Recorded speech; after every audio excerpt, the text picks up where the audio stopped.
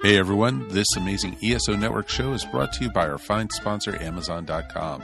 Please remember to shop Amazon for all your geeky needs, no matter what time of the year it is. All you need to do is go to esopodcast.com/ESO Amazon, or click on the Amazon banner on the ESO Network webpage to go to our e-store. It's the best way to shop and the best way to support this program, and it doesn't cost you anything extra. Okay, that's enough of me babbling for now. Now on with your regular scheduled show. Exploring the multiverse of pop culture. This is Podcasserole. An Adam and JP show.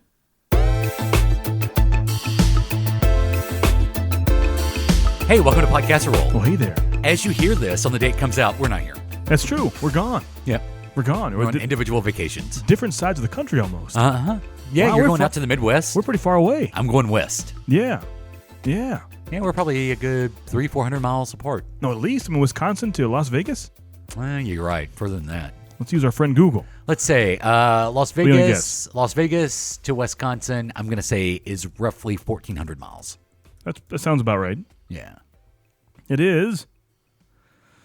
Ooh, 1850. Oh, but I'd win on The Price is Right. That's true. I was still under. A 27-hour drive. It's a good distance. Between the... Yeah. Wait, have I told you what my family's doing? Like, I'm flying out to meet them. Yeah, you told. Yeah. Have we talked about it on the show? I don't think we have on the show. Talk about it. I'm flying out to meet them in Vegas. Right. Because last week, last Saturday, they started out on a trek from Tennessee driving west. A 2-week trip across the country. A 2-week trip across the country. Now, here's one of those things. I'm glad they're doing it. You kind of envy it. On some level, you envy it. I think in 5 to 10 years, that'll be a fantastic time and a fantastic memory and a story. But while it's happening, sounds terrible. Yeah. It sounds miserable to me. It's a lot of, well, I will say my wife is a fantastic trip planner. Mm-hmm. And she has mapped this out to the point to where there's only a couple of days of really intense driving. Gotcha.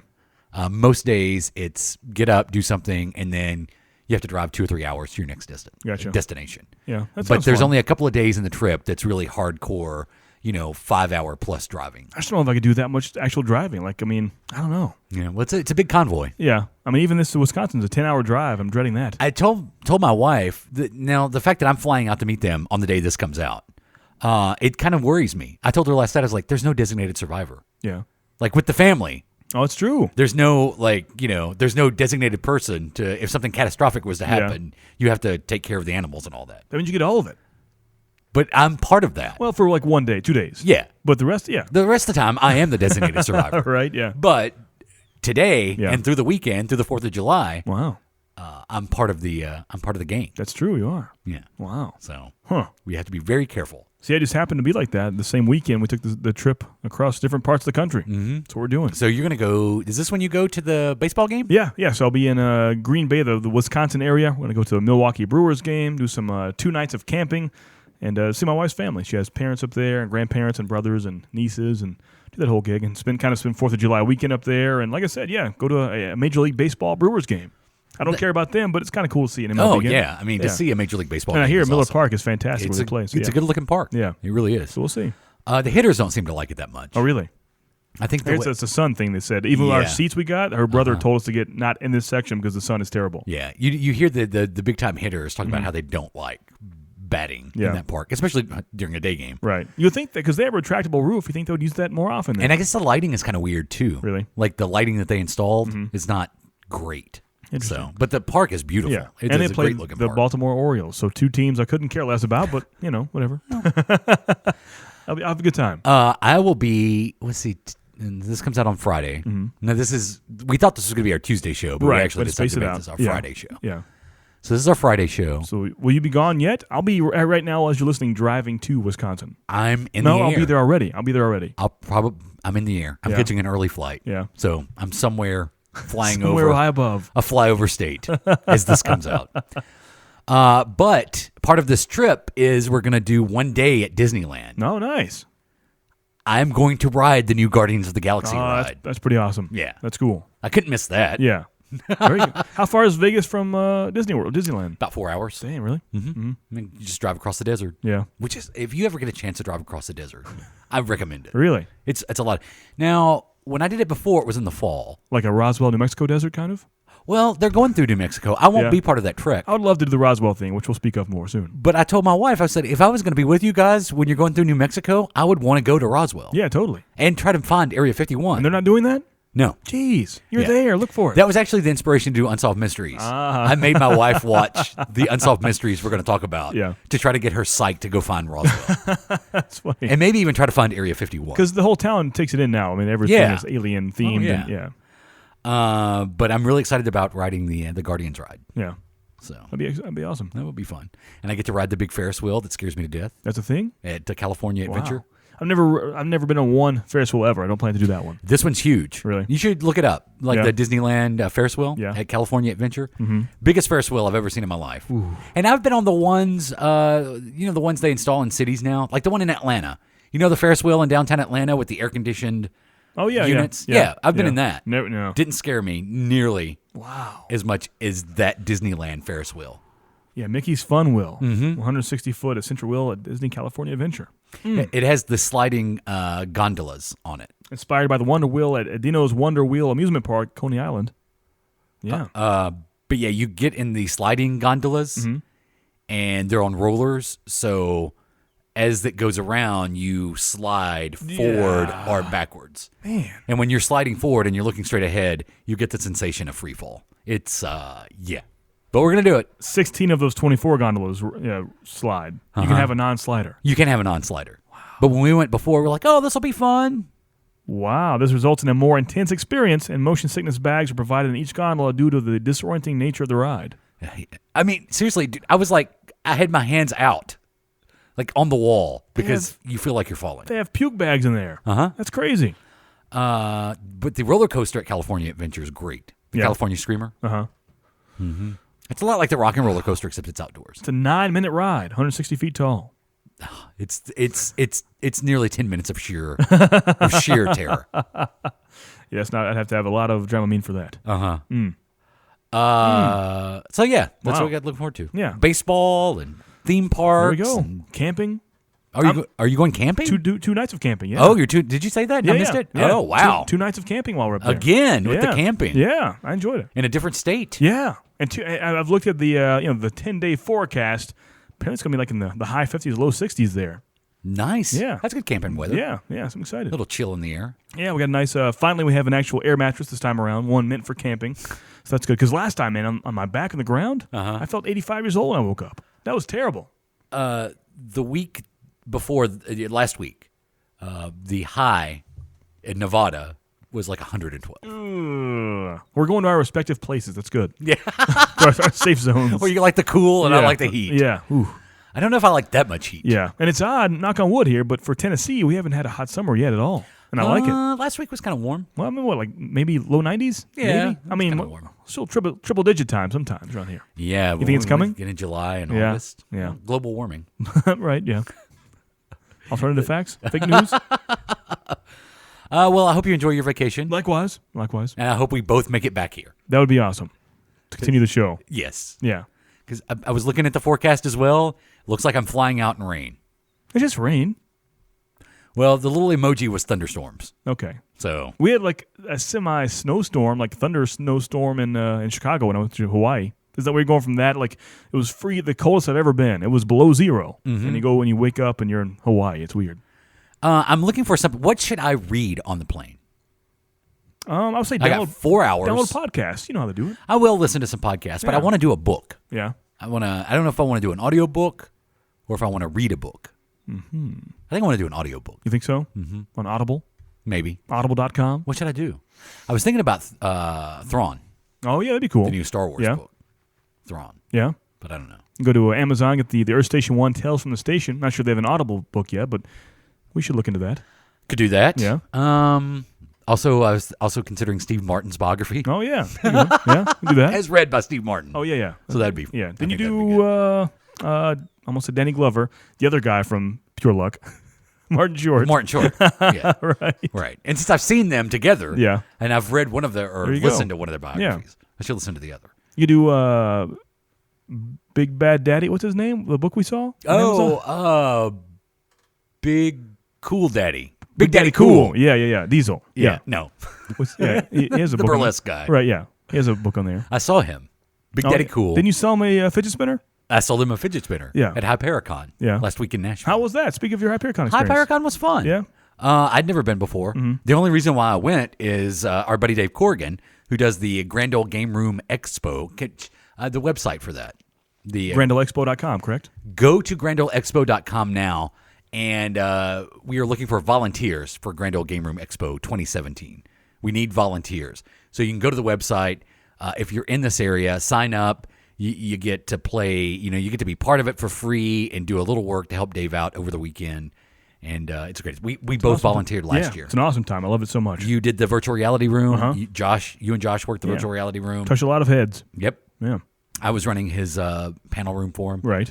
So, volunteers. Big push for volunteers right now for Grand Ole Game Room Expo 2017. Fantastic hotel that it's in. Oh, yeah. So, Dave took a bunch of games out to Hypericon in Nashville, and I helped him run his game room. Nice. Will the Grand Ole Game Room Expo will be the same hotel as it was last year? Yes, it will. Nice. It's a fantastic hotel. Cool Springs. That whenever GMX was good, that's where it was. Yeah. Okay. Can I say that now? Okay. Well, the interesting thing about Hypericon is I saw a lot of the Geek Media Expo. I know this is kind of local to Nashville conventions, but I saw a lot of the GMX crew. They're now working with Hypericon. Nice, okay. A lot of the crew. Very nice. Is doing that convention now. Huh. So it was fun. I mean, I didn't really get out and do a lot because I was in the game room a lot with Dave, but it was fun. It seemed fun. Those are the Airport Marriott? Is that where that was? Mm-hmm. Okay. It was at the Airport Marriott. Got you. Yep. So that was the 12th year for that. That's crazy. And be honest with you, had not heard about it until this year. Wow. So the fact that I'm finally hearing about it must mean they're doing something right. Yeah, it happens. I mean, we know people that have worked on one-year shows before, and it's a crazy thing to do. One and done. One and done, baby. One and done. This is a weird segue here. It's not a segue at all. It could be a different show. I don't think I'm going to be comfortable with this question, but go ahead. When's the last time you ran out of deodorant? And when you did, what did you do? I use my wife's. Okay, that's what I'm doing right now. And isn't it funny how you get used to your own smell of your deodorant? You don't notice it, but every movement I make, I smell like a woman. Man, I smell like a woman. You know what I'm saying? Like a simple move of the arm. I'm like, wow, that whiff of woman stank just hit me. I can bring home the bacon, fried up in a pan. The good thing is, I got her on the jelly train. That sounds weird. But I got her on the jelly train. Like jams and jellies? Like we've spoken to this. Like, what kind of deodorant do you use? Are you a spray guy? Are you an Axe guy? I used Degree. You're a white guy? See, I can't do the white. Because you have the Christmas ornament dangly balls on your armpit hair. I can't do that. Yeah, you can also get it on your shirt very easy. See, so I'm all about the jelly. That clear, you kind of screw it and it comes to the holes. And so I got her on the deodorant jelly train. And so thankfully when I'm out, I mean, I smell like a woman, but I still have the good jelly on there. But yeah, they have this woman jelly. I don't think that's the technical term. It's the new deodorant called KY. It's a good brand. Okay. But no, for real, it's a female deodorant jelly for your armpit. Damn it. Gel. Yeah. It's not jelly. Well, it's gel. Well, it's KY gel, but jelly sounds more fun. It's GEL. Jelly's more marketable. It is a KY gel. Not the deodorant that you're wearing. Right, yeah, it's not. But in general, the KY jelly is a gel, but they call it jelly. The deodorant you're wearing is a gel. Vaseline is a petroleum gel, but they call it a petroleum jelly. That is okay. Technically, that is a jelly. Right, yeah. But your deodorant's a gel. You think so? Uh-huh. It's more of a jelly to me. The viscosity is different in it. Really? Uh-huh. That's what my dad would say when he would see like an attractive woman walk down the road. He's like, it must be jelly because jam don't shake like that. Your dad's the one who said that? Yeah. I always wondered who came up with that. I'm sure it's from somewhere else. But he's the first guy I heard say it. Is it from a song? It is, right? Well, I think it was referenced. I think it's been referenced in lots of songs. Yeah, it's the first time. As a young boy, it was a big deal. But yeah, if Dad gave me one piece of advice, it'd be that. That's my application for Who Wants to Be a Millionaire. If your father gave you one piece of advice, must be jelly because jam don't shake like that. Stop crying. It's too far away from your heart to kill you. That's another one too. I'd cry in Boy Scouts. It's too far away from your heart to kill you. Stop crying. Okay.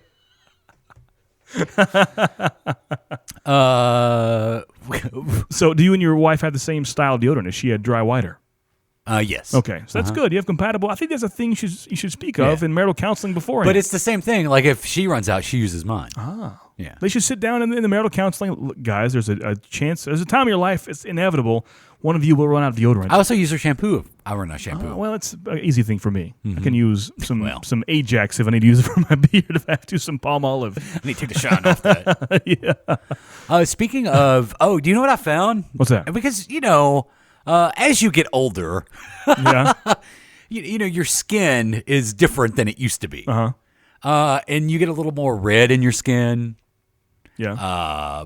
Perhaps you start seeing the crow's feet show up. Right. So, speaking of jelly, I found that there's a thing called royal jelly. Yeah. That's supposed to be good for your skin. Really? And so I found this stuff that I start using. I need to do it every day. But I can tell a difference. Really? Like in even how my skin feels. Really? And I started putting it on my skin like a couple of nights a week. Really? The old royal jelly? Yeah, it's called royal jelly. Is what it's. That's an ingredient in it. The actual product is some sort of Egyptian. Really? It's called Egyptian magical cream. Is what it's called. Dead Sea salt kind of thing? Yeah, it's got like because I was looking at like maybe Burt's Beeswax or something like that, and then I found this. I was like, oh, this seems like something from Indiana Jones. I'm using this. Yeah, but it is like a. It seems like the royal jelly is the main ingredient. Royal jelly. Yeah, it's like a fun '90s band name. Wasn't there Green Jelly? Because they were Green Jello for a bit. Yeah. Had to change it legally to Green Jelly. And the Three Little Pigs song. Little pig. But speaking of becoming old, you know about my ear hair thing? The wife has to take those out. Now she's having to like pluck my unibrow every few weeks, right? Yeah. And so she has these tweezers she plucks, and honestly, the first few times they were plucked, it hurt badly. You can't do that yourself? Not like in the mirror. You can't and use tweezers? My sausage fingers in the mirror and tweezers, it doesn't go well. So she plucks my unibrow, right? And your ear hair?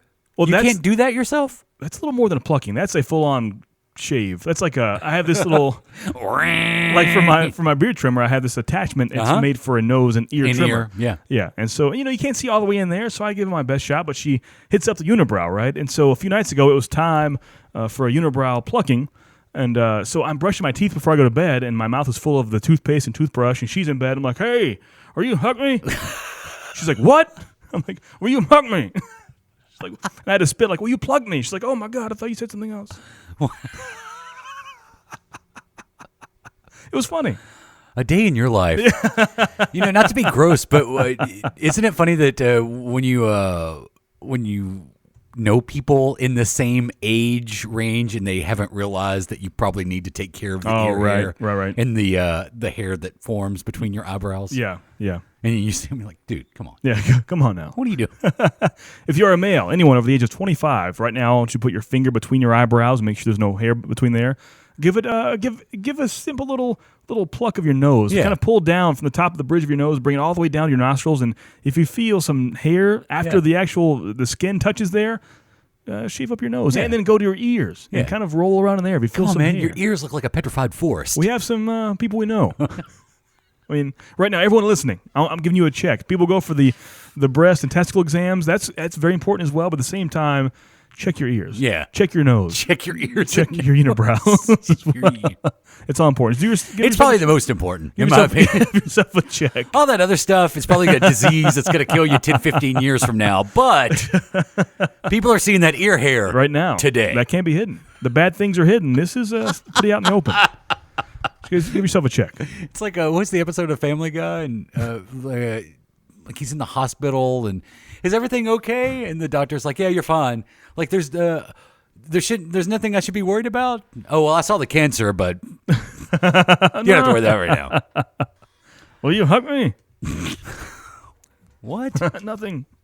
Hey, you want to do the SOB OTW? Let's do it. Well, before we do this, how do you become the SOB OTW? It's all about online interaction. AJP at adamandjp.com, or check us out on Facebook.com/AdamandJP, or on Twitter at AdamandJP. You interact with us, we interact with you, and you are a son of a bitch of the week.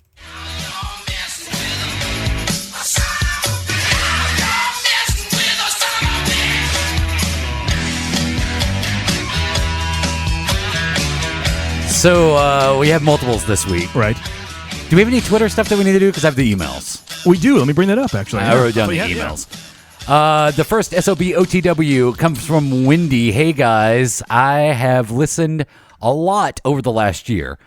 I know you both are a fan of Back to the Future, so you walk to your driveway, and bam, the DeLorean is sitting there. Where do you go? And what do you do? Ooh, that's a good one. So, simply put, Yeah. you have a time machine. What do you do?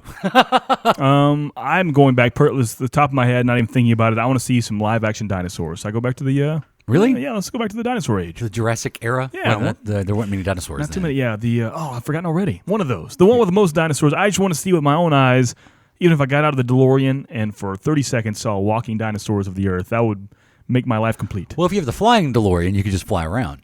That's true. Just don't hit a pterodactyl. That's what I'm saying. I'm afraid of that'd be bad. Yeah. You don't know what's in the sky back then. That's You don't know. Yeah. Well, drive it, you don't know either. Right. And are we fully aware that the atmosphere and the oxygen levels were the exact same back then? So No, if we're not. If I went back that far, You could die. I could just get out Like of my your DeLorean. lungs could This is explode. amazing.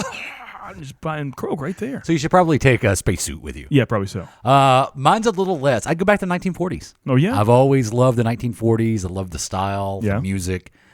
I want to go back to where everybody every man wore a hat. Aha. Wore a hat when they were out. Yeah, hey, Not see? like a baseball cap either. like a zoot hat, like a like pimp zoot hat. suits. Like Yeah. everybody's wearing zoot suits. Right. I've always thought that I was born, 30 years later than I should. You think so? Yeah. Yeah. I should have been around in the 40s because I love the 40s. That's your time, huh? Uh-huh.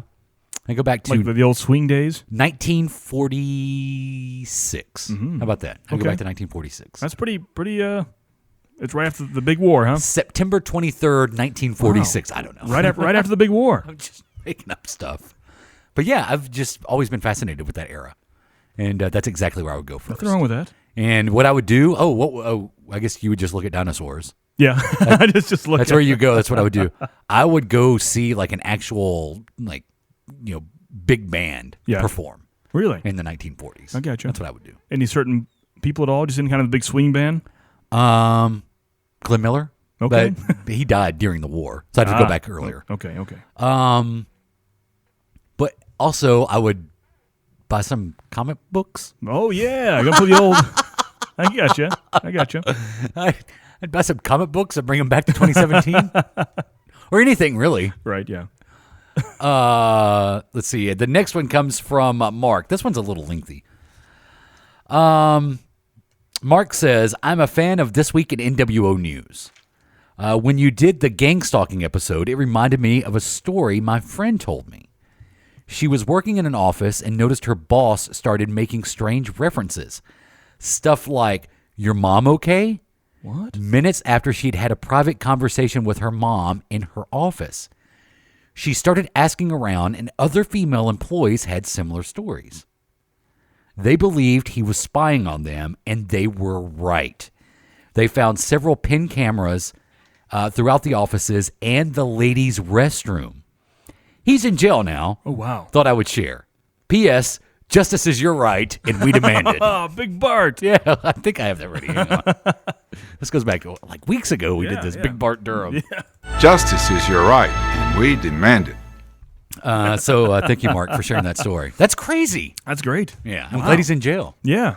He's in jail now. That's pretty messed up. Mm-hmm. Crazy things happen, Yeah, spying. That seems to be more common than you think. It's so easy now with everything, every single device you have, every phone you have, everything. Did we know someone? No, we didn't know someone, but we knew of someone more locally that was running a tanning salon next to a video rental place and had the cameras running from the actual machines, right. or I guess the rooms, the stalls, to his video rental place. Yeah. So he was running his outdated video rental store, watching girls change. Wow. Is he in jail? I don't think so. How do you get away with that? Yeah, I don't know. That's just crazy. Yeah. Because odds are there's someone below the age of 18 in there, and that would just immediately be... That should, right? That's immediately life in prison. Right? Wouldn't you think so? Yeah. It should be. Wow. What's our social media stuff? We do have quite a bit of activity on Facebook this week. Going back, we spoke of last week of Gormusk and Mike from the Troll Food Podcast. Did you see the message he sent us on Facebook? No. He says, and hang with me in classic Mike fashion, he says this is a new conspiracy I heard, and I've been looking into it for you guys. Have you heard that some people believe that the Mandela effect is actually caused by people time traveling?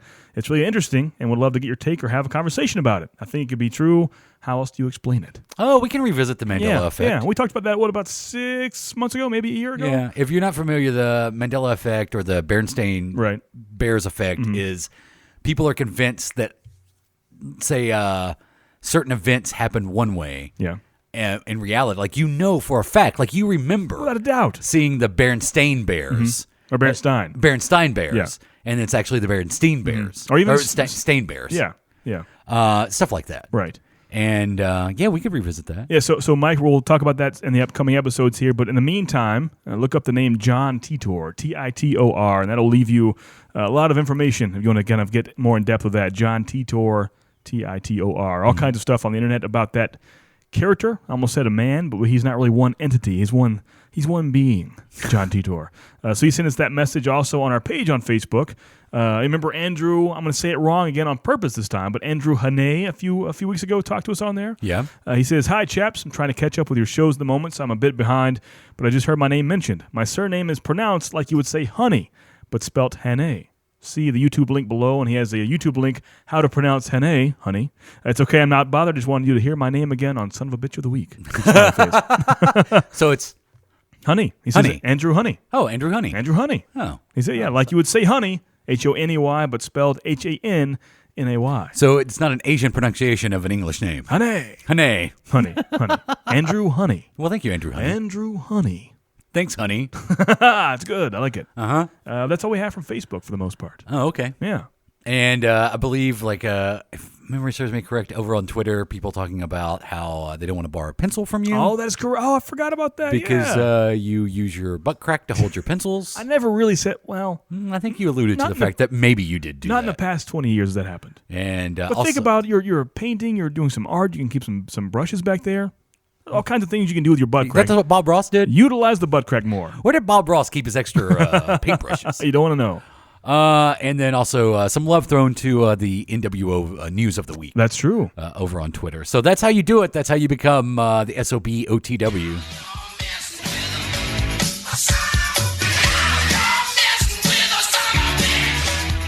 I love the emails. AJP@adamandjp.com. Always fun. Coming up, we're going to revisit one of my favorite TV shows of the 80s.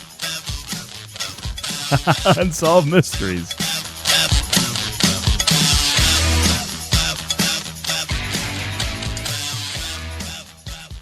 We are the Metal Geeks Podcast, and on this show we have heavy metal, comic books, video games, movies, theme parks, and more. Wait. Comics? Yep. And movies? Exactly. Video games? Yeah. Metal? Of course. How does theme parks fit in this? It just does. All of us Metal Geeks can be found at metalgeeks.net. At Metal Geeks for Twitter? Metal Geeks on Instagram. And Metal Geeks on the Facey Space. You can also find us on iTunes. Subscribe today. Metal Geeks.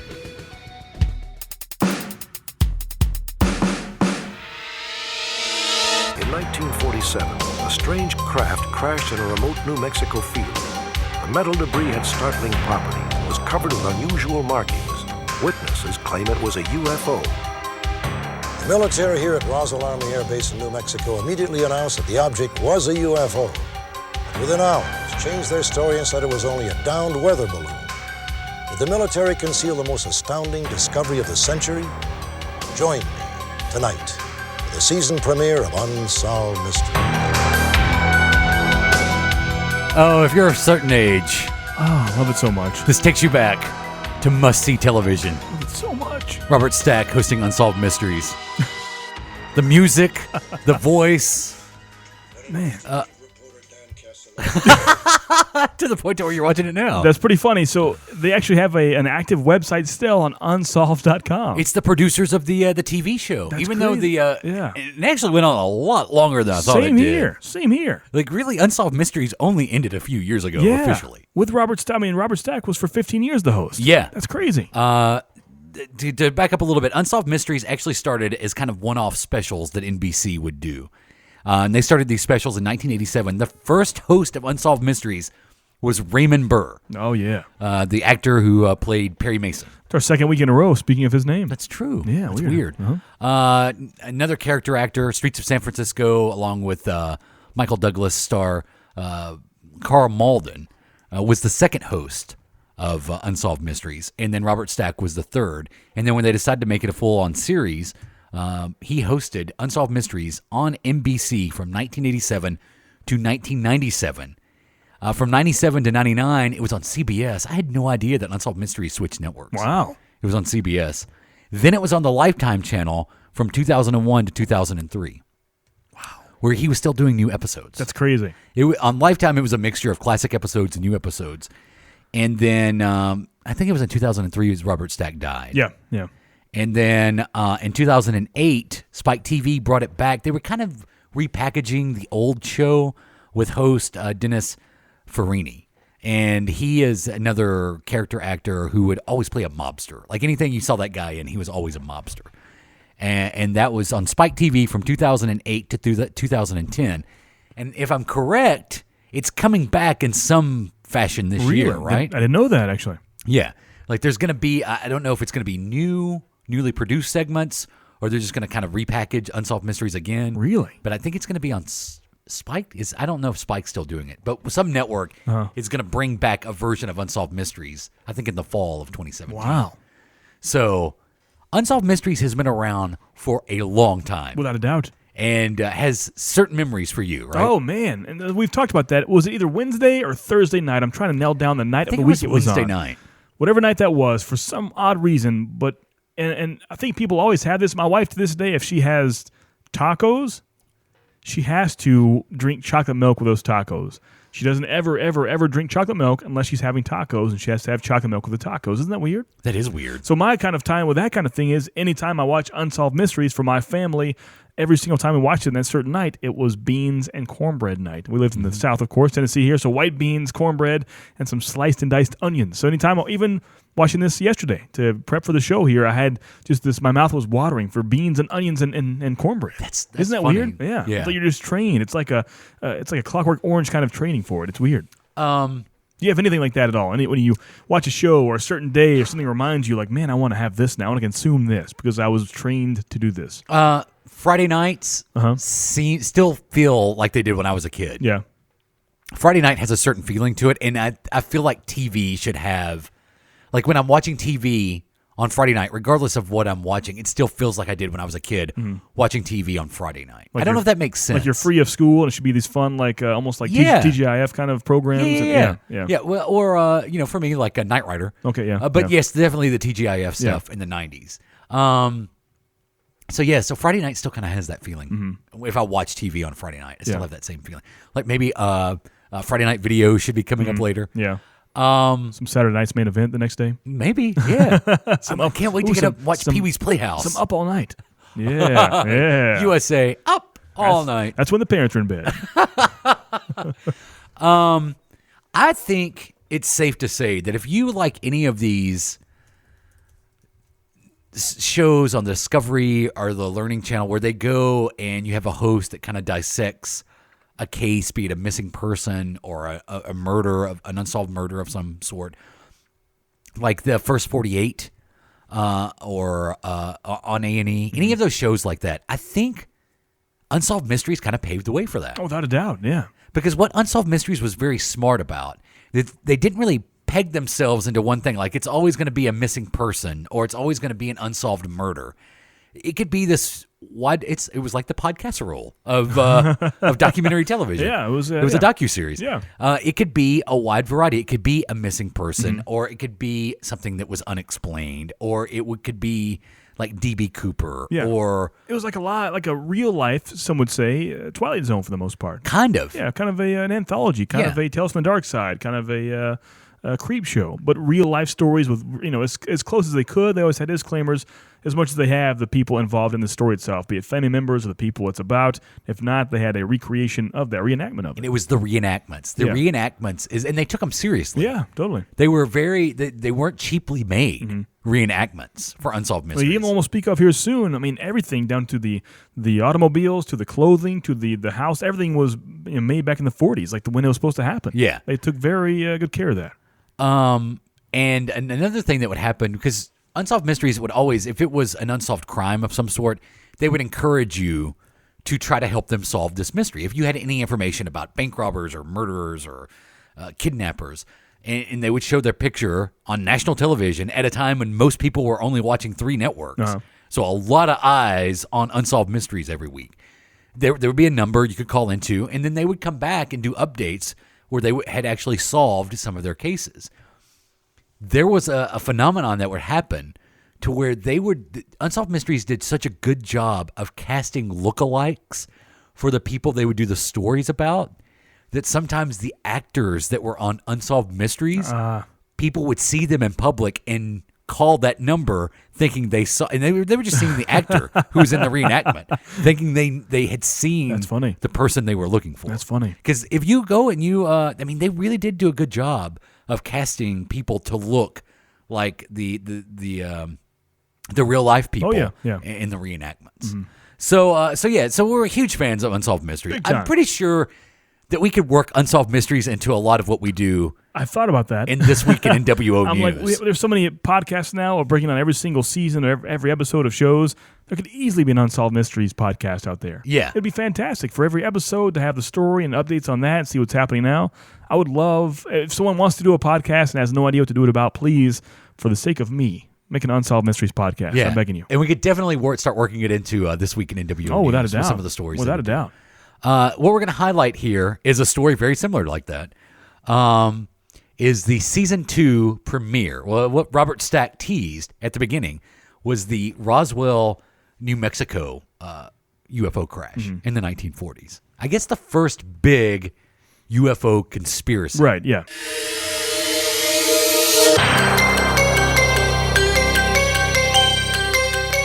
This Air Force base here in Roswell, New Mexico, was the center of a controversy back in 1947 that over 40 years later still remains unsolved. Remnants of a mysterious craft were found on a remote ranch and allegedly stored here in Hangar 84. To this day, there are many who believe it was a UFO. When we first heard of the incident at Roswell, we assumed it was just another UFO sighting that could be easily explained. A distant aircraft, an errant missile, or perhaps it was just a hoax. However, eyewitness accounts and disturbing evidence suggest that something strange happened here at Roswell. Something that cannot be easily dismissed. That happened, I guess, 1947. Mm-hmm. And what Unsolved Mysteries would do, they wouldn't just give you the facts of the case, but they would build a little story around it. And the story of the Roswell crash centers on a rancher, just this, simple rancher in New Mexico. And they pick the story up. It's a stormy night. There's lightning. There's thunder. And then apparently here's something like a clap of thunder unlike any of the others.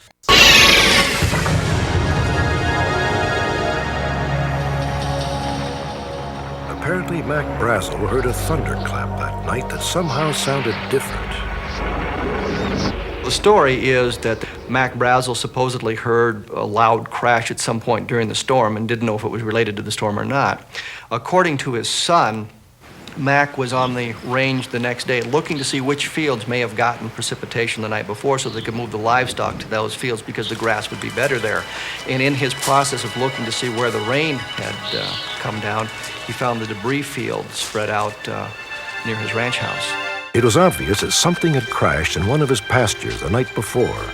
Whatever it was broken up beyond identification. The debris field was approximately 3/4 of a mile long, maybe as much as 200 or 300 feet in width.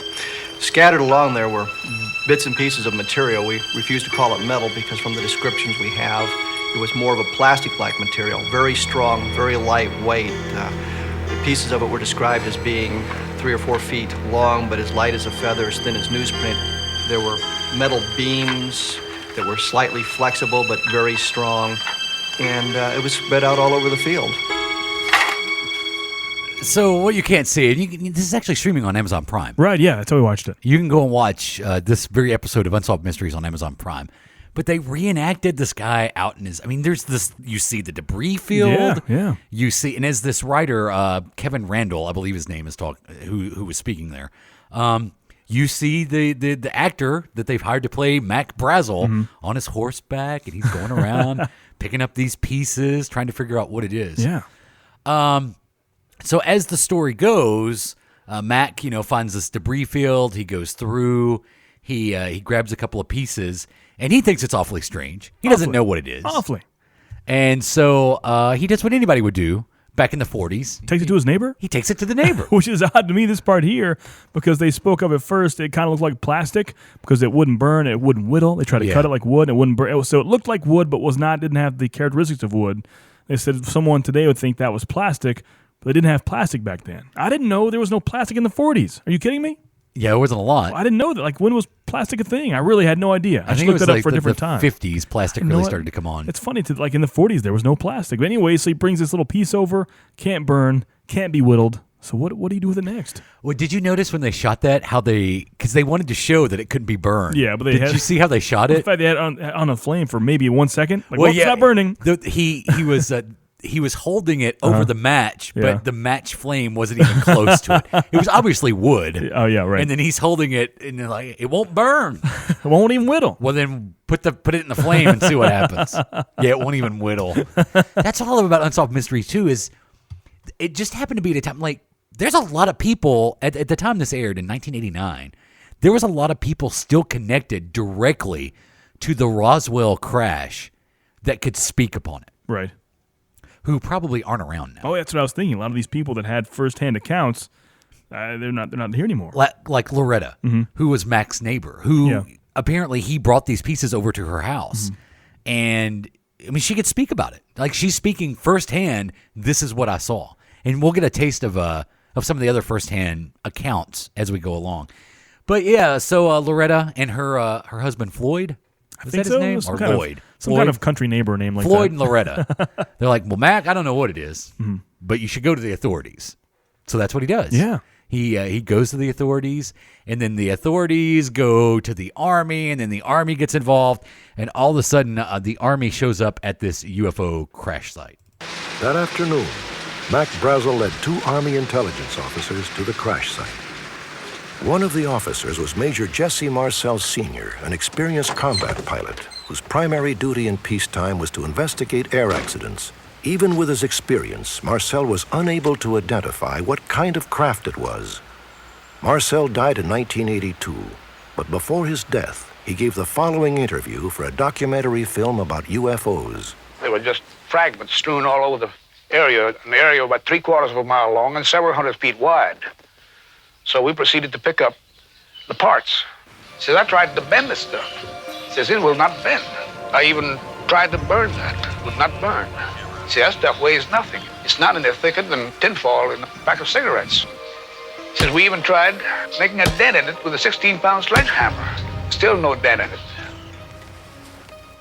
One thing I was certain of, being familiar with all air activities, that it was not a weather balloon, nor an aircraft, nor a missile.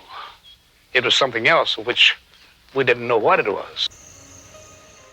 You know what fascinates me about these firsthand experiences? Because I always ask this guy, Jess Marcel, who's in the Army, and I'm not saying one way or the other whether I believe what happened in Roswell was really an alien crash. Oh, you're a skeptic. I can hear your voice. But no, I mean, to his credit, what does he have to gain from saying this? Yeah. Like when he did this interview back in the, I guess, probably late 70s, early 80s, before he passed away in 1982, like he really has nothing to gain. Not at all. For making up this story. And the fact that so many people believe this was something that the government said it wasn't. I don't know. It's just really interesting. I find it very fascinating. It makes a little more sense today, but back in the late 40s when not every single person was an online sleuth or a conspiracy theorist and had these ideas and thoughts, when these people, are just normal people living on their farm doing their normal thing in the desert there, and this happens, and then their mind goes to those places. That's got to say something. You know what I mean? Today it makes a little more sense for people to think like that because those ideas and thoughts are already pre-existing, but back then, the idea of flying saucers and aliens weren't really a thing. So for this to happen out of nowhere and so many people have the exact same thought has to mean something. And another thing, like I think in 2017, people are way more motivated to bring attention to themselves because everybody wants to be famous. You can have a reality show based on these things. Everybody wants to be famous. So now when this stuff happens, there is a motivation to make up stories and make things seem bigger than they actually were and to exaggerate. Now, I know people have always told big fish stories or whatever, but I think there's much more motive to exaggerate things today than there was back then. I mean, what did they hope they were going to get their own reality radio show? Exactly.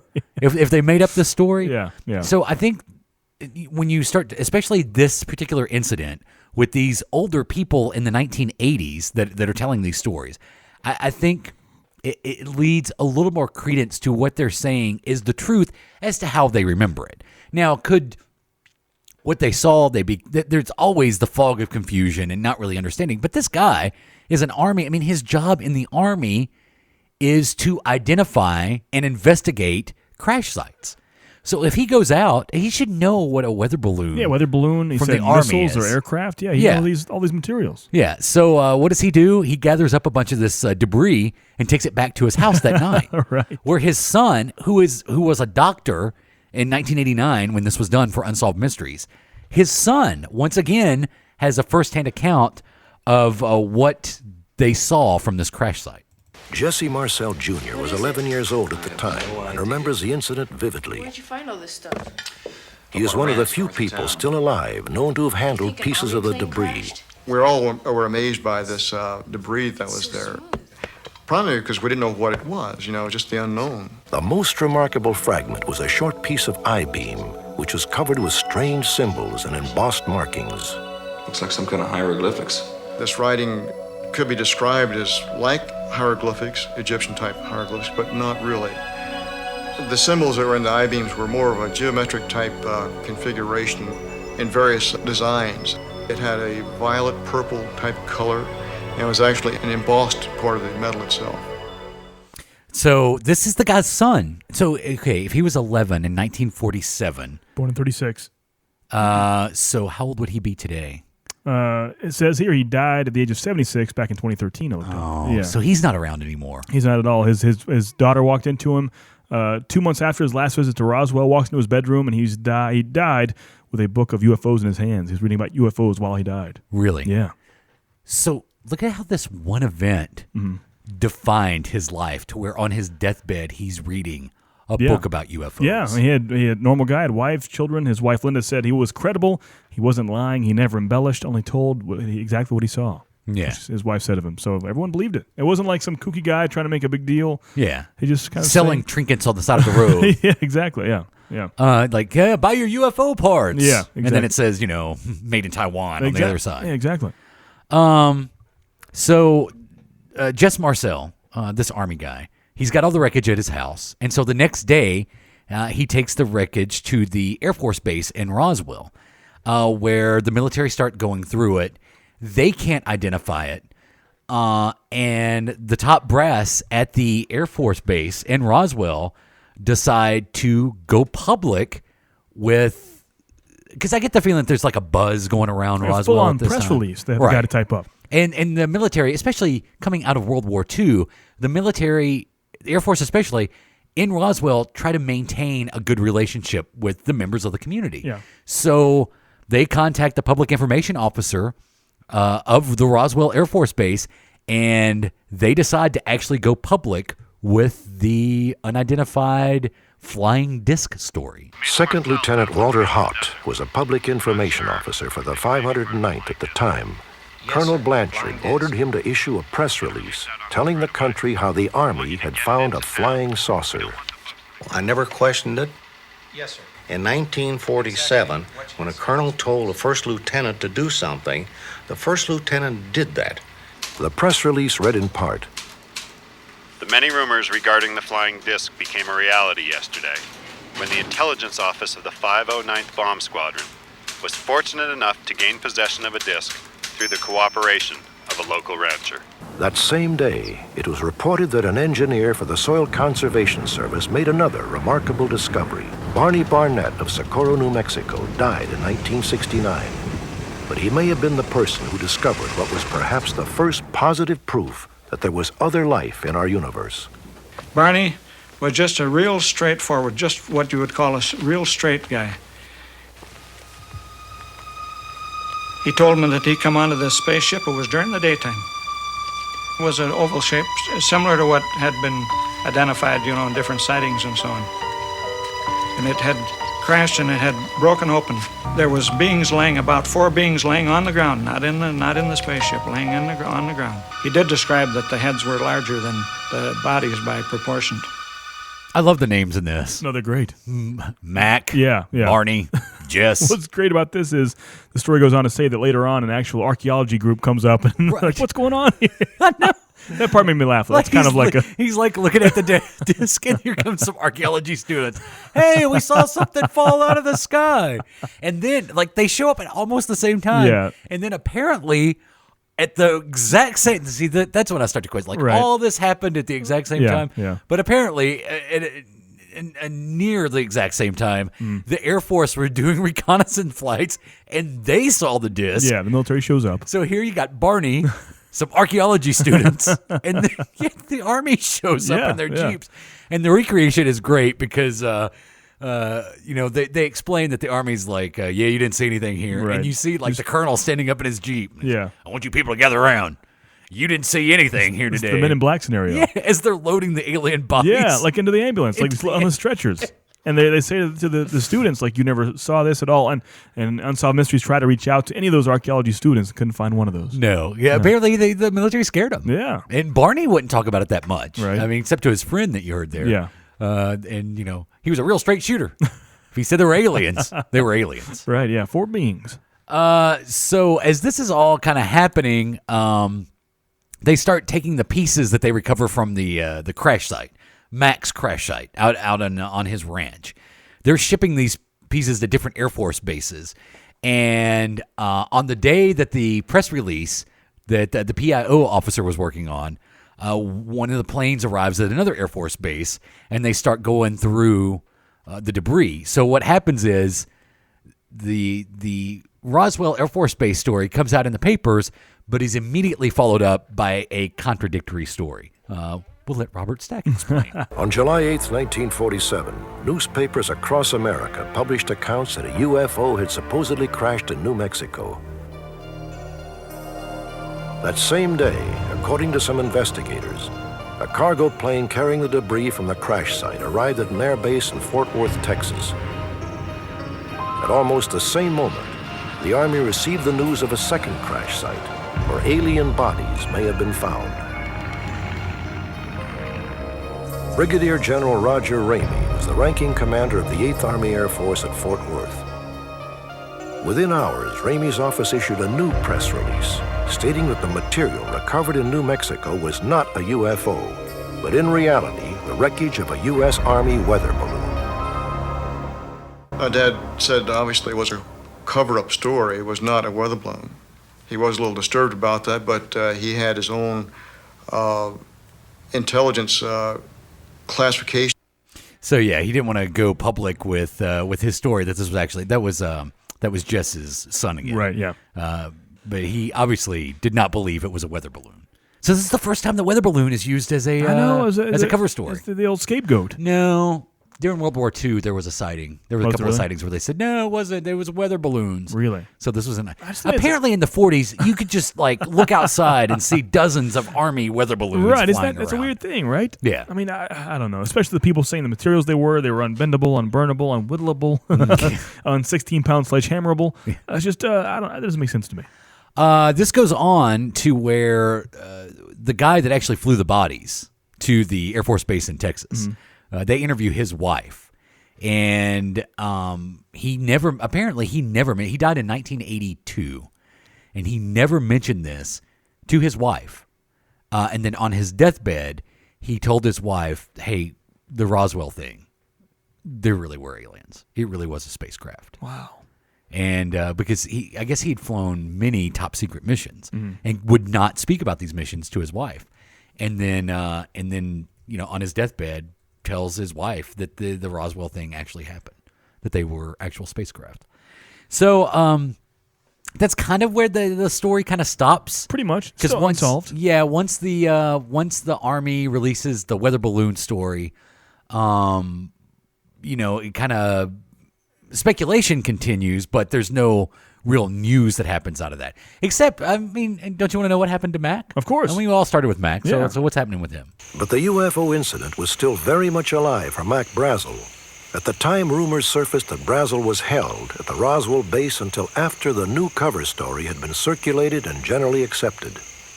Floyd Proctor and a friend saw Brazel, but he appeared to be unwilling or unable to acknowledge his friend. Floyd and a neighbor was in Roswell and saw Mac surrounded by some of the Air Force people. And they walked right by him, and Mac wouldn't speak to him. He wouldn't talk about it after he come back home. But he did say that if he ever found something else, he wouldn't report it. That's Loretta. This gives me hope that they're rednecks across the world. I mean, in New Mexico, you'd think they're kind of gone. Roswell, Floyd, and Loretta. Mac Bartel. Down in Roswell. It's crazy. It's everywhere. Mac was in Roswell one day. And he was walking around with some Army guys. Gives me hope. Yeah, so, but Mac really never spoke about it that much. So I looked up the opposite of a skeptic, and I believe that's what I am. I see the word devotee. I'm calling myself, of all these conspiracy theories, a devotee because I have the opposite of skepticism. I don't not believe it. I believe everyone. So I, believe this was an alien spacecraft, but at the same time, I don't believe the government would hide that in such a way. So I'm kind of contradicting myself. I believe our government, especially in the 40s, if that happened, they wouldn't put people in cells and make them swear to secrecy and hide it from the public, especially for, 80 years now? 70, 80 years? Yeah, it's funny when you listen to this. Over 40 years ago, and now it's like, over 70 years ago. Yeah, It was 70 years ago this year. That's true, yeah. No, it's 47. Oh, well, you're right. Wow. Yeah. We're in 2017. Holy moly. Yeah, 70 years ago this year. Wow, you're right. But I see it on both sides. I'm a devotee to both sides. I think that was an alien spacecraft, or I think it could have been, but I just don't see the government. I don't know. If they're 100% positive was an alien spacecraft sighted, do you yourself think the government would try to hide it? Yes. At all? Really? Mm-hmm. Really? Yeah. Why do you think that is? I mean, a fear of mass chaos? Mm-hmm. I mean, what would... Exactly. Yeah. Like if they came out tomorrow and was like, hey, by the way, aliens have been visiting us for years. Yeah. Donald Trump's one. Yeah. I think there would be mass chaos. And once again, I'm going to contradict myself. I believe those are out there, and that may or may not have been the case. But I believe also if they were out there, stuff like WikiLeaks and things like that would have told us that's the case. I mean, the stuff we know of people's private email servers, I think something as visible and tangible and obvious as a spaceship crashing would easily be brought up by now. Well, hold that thought. Okay. Because we've got a document that was released in the 80s. Supposedly. Mm-hmm. But I think that's why you and I talking about this is good, because you take the more devotee stance, and I'm always a skeptic. Right, yeah. I'm skeptical of everything. Like, I don't really think I'm here right now. I doubt that I'm actually alive. Yeah. I'm skeptical. I may be a drone of some sort. So we go back to Kevin Randall, who we heard from at the very beginning of this. He's got some theories on where this debris, well, at least in 1989, where all this was by now. Everything went to Wright Field. That's where the Air Technical Intelligence Center was. That was where they could make the studies. Subsequent to that, we think that the material has been sent elsewhere. We think one of the bodies has gone to Langley, CIA headquarters. We think another has gone to MacDill, which is an Air Force base in Florida, where they have an aerospace medicine facility. We don't know where other stuff has gone. We think some of it is still left at Wright Field. Adam. Yeah. Is there alien bodies at the CIA headquarters in Langley? Man, I don't think so. I think we would know about that by now, correct? I don't know. Well, in the 1980s, I think the Roswell thing really kicked off the ufology. Yeah. The study of unknown flying objects, and are they alien in origin? And a UFO investigator in 1984 was sent a document, was supposedly a government document at the time, known as the MJ-12. And Robert Stack's going to read a little of that for us. In 1984, this top-secret document, known as the MJ-12 memo, was mailed anonymously to a UFO researcher. Operation Majestic 12, or MJ-12 as it's called, was a group of 12 to deal with the rest of society having that knowledge. The contents of the report stunned researchers. In part, it read, On 07 July 1947, a secret operation was begun to assure the recovery of the wreckage. aerial reconnaissance discovered that 4 small human-like beings had apparently ejected from the craft, about 2 miles east of the wreckage site. All 4 were dead. Civilian and military witnesses in the area were debriefed, and news reporters were given the effective cover story that the object had been a misguided weather balloon. The government has consistently refused to comment on the MJ-12 memo, and there is still no proof of its origin. 30 years later, after this aired, yeah, still won't comment on the MJ-12 memo. That's crazy. And under the Freedom of Information Act, some documents have been released. They are always heavily redacted. Really? When it comes to events of unknown flying objects. I just don't know if our government would do that. Am I too much of an optimist there to think that?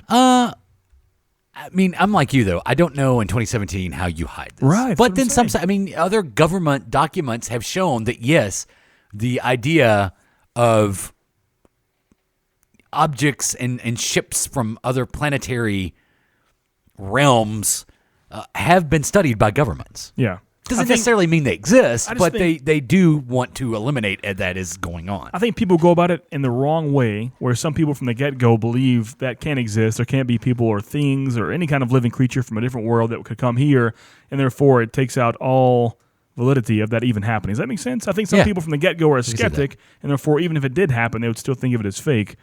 When you have to think of it like an actual, not just a needle in a haystack, think of a needle in the world. You know for a fact there are thousands, if not millions, of needles in the world, but the odds of one being on you at this moment are very nil. You know what I'm saying? It's like that kind of probability. So I think it's impossible for not to be something out there. I mean, that's my thought on it. I agree with you. I'm not saying they've crash landed here. I mean, the odds of that happening are very, very slim. Right. But I think some people from the get-go have a thought it's impossible for something else to be out there, and therefore it can't be. I think when you open your mind up that without a doubt there is something else out there, it may not have happened, but it could. Yeah. I think that's what I totally agree with you. That's the mindset you should take. The likelihood of there being something else out there is very high. Very high. But the likelihood of that crash landing here is very low. Very low, exactly. Just think of it like that's how I see it. Well, that's kind of where we stop with Unsolved Mysteries with the Roswell incident. One of my favorite episodes of Unsolved Mysteries. Yeah, that's a good one. But when you watched Unsolved Mysteries and they would do like a big story like this, you always felt bitter when Robert Stack would wrap everything up for you at the end. More than 40 years had passed since that hot summer night when a violent thunderstorm swept over the Brazel Ranch. The military declared that the remnants found in that remote field came from a downed weather balloon. But the people who actually saw and held the wreckage disagreed. Perhaps it was an experimental aircraft that the military wanted to keep top secret at all costs. But perhaps, just perhaps, it was something else.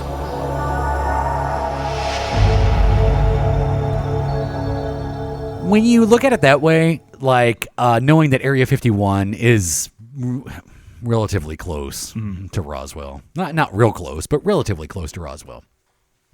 And you know that Area 51 was being used to develop top secret craft that the government was using. And if you don't look at the Barney story, like where there's bodies lying all over the place, if you don't focus on that story and you just focus on the Mac Brazel Ranch story, I think when it comes to Roswell, the highest likelihood is there was some sort of government crash over his ranch, and that's what it was. Do you think so? I think so. With a top secret, super secret craft that not even the guy that's paid by the Army to investigate crash sites would recognize. I mean, the stealth fighter came from Area 51. Yeah. What's the ship that the X-Men use? Oh, the Blackbird jet? The Blackbird. Yeah. The Blackbird came from Area 51. Yeah. Bluetooth technology has been around since the 1940s? Was that long ago? When the government first had access to Bluetooth technology? Wow. So knowing that technologies that we have, like, what if you saw your iPhone in the 1940s? You would think it was alien in origin. Right, yeah. So my thought on Roswell, not looking at the Barney and the archaeologist story, just simply focused on the big story, which was the crash on Mac Brazel's ranch. My gut tells me that it actually was a top secret government crash. So you think the craft that crashed? You think the top secret crash actually happened? The fact when you have people coming up saying there are 4 dead bodies in the ground, you think that's where the actual story gets kind of lifted off? Right. Because now this crash has happened, and people are focused on it. I'm not saying Barney's a liar. I don't want to offend his friend. Because his friend said, he was an upright guy. He was a straight shooter. He was a real straight shooter. That's what they call him back then. But maybe that's when you start getting, now that Mac has some attention because there was a crash on his ranch, then maybe that inspires Barney to, hey, I found a disc and there were bodies. Don't believe me? Ask these archaeology students. They were there. Oh, we can't find them. So I don't look at the Barney story. I look at the Brazel story. And to me, that was a government Just crash. watching this episode of Unsolved Mysteries, it was all plausible until the archaeology students stumbled upon, and the MP rolls up in their Jeep and take all at the away. same time. Yeah, and they're loading up time. alien bodies in the ambulance, and that's when I was like, what? They were in Star Trek suits. What's going on here? Yeah. So since we've been through that, I know you have to be curious as to what's coming up next week on Unsolved Mysteries. Of course you are. Next week on Unsolved Mysteries, we will feature a special appearance by the director of the FBI, William Sessions, who will ask for your help in tracking down several of the most dangerous fugitives in the United States. We will visit Ambridge, Pennsylvania, where several parishioners of the Holy Trinity Church claim they witnessed a miracle above the altar during a religious service. And we will profile a clever con man who has targeted nudist camps across the country for his devious scams. For every mystery, there is someone, somewhere, who knows the truth. Perhaps it's you.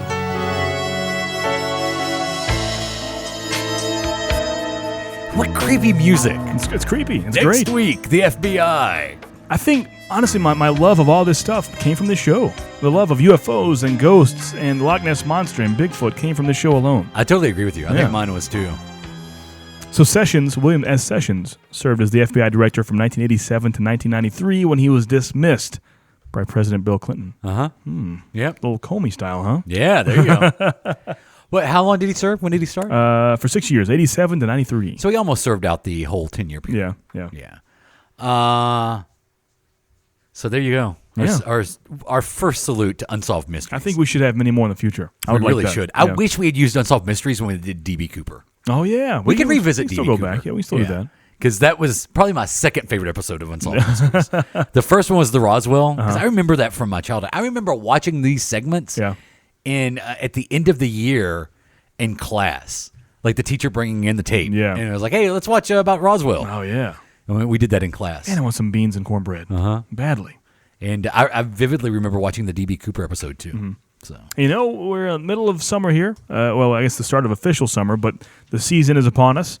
In a few short weeks, we'll go into July and then August and then soon September, which means we're almost to Halloween. Yeah. We've got to go through all these seasons, but eventually we're going to get to Halloween. We're almost there, Well, not really. We're close. Halfway. We're close to Adam's Ghosts. That's all I'm saying. We're about 3 months out from Adam's Ghost. Hey, if you've never watched Unsolved Mysteries, please do. You can watch if you have Amazon Prime. You can go and watch. I think there's 3 seasons on Amazon Prime right now. I think so, yeah. Or maybe all the Robert Stack stuff. Are they? All 15 years? Maybe. Wow. Maybe. I know like the first 4 seasons for sure are on Amazon Prime. You can find that. What a great voice he has. I mean, that's one of the best ever. I loved him in Beavis and Butthead to America. Oh, yeah. That's the first thing. Is that weird? That's the first thing I thought of when I watched that again. I'm like, wow. Yeah. Beavis and Butthead to America. He was the FBI guy. Yeah. I want a full body cavity search on that guy. Go to the teeth. That's great. And you can check us out at adamjp.com. Of course. You know what? Check out patreon.com/podcastroll and on Twitter at adamandjp. Email us your favorite episode of Unsolved Mysteries. Do that. AJP at adamandjp.com. You may read that on the show, and you could be an SOB OTW next week. I am J. Patrick. That is Adam. He's your podcast roller.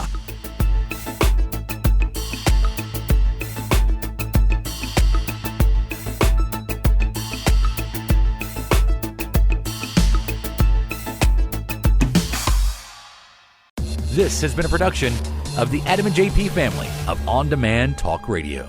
AdamandJP.com. Right now. This has been a broadcast of the ESO Network, your station for all things geek. classic, current, and beyond. Be part of the crew at ESONetwork.com.